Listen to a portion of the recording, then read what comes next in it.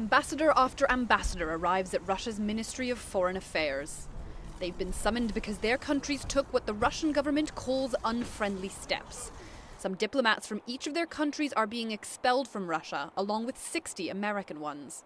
The US consulate in St. Petersburg will close altogether. The measures mirror those taken against Russia. The US is one of nearly 30 countries that have shown their solidarity with Britain by expelling Russian diplomats. Moscow accuses Washington and London of leading a defamatory anti-Russian campaign.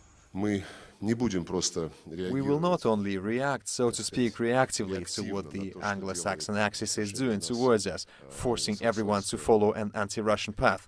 We want to establish the truth. US representatives in Russia were already working at diminished capacity. Last year, they lost 755 employees in another diplomatic row over sanctions. Now the cycle of tit-for-tat has begun again. West is willing Russia to play under its own rules. And Russia wants West to change its rules for Russia, which is impossible. And from this point of view, I think that this conflict, which is not an ideological one, but it's a geopolitical one, could be rather long. The Russian Foreign Ministry says it's not afraid to escalate things further.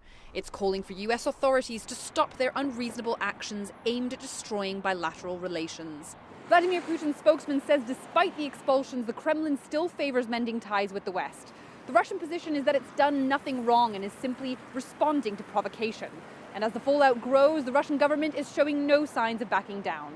Julia Chapman, SABC News, Moscow.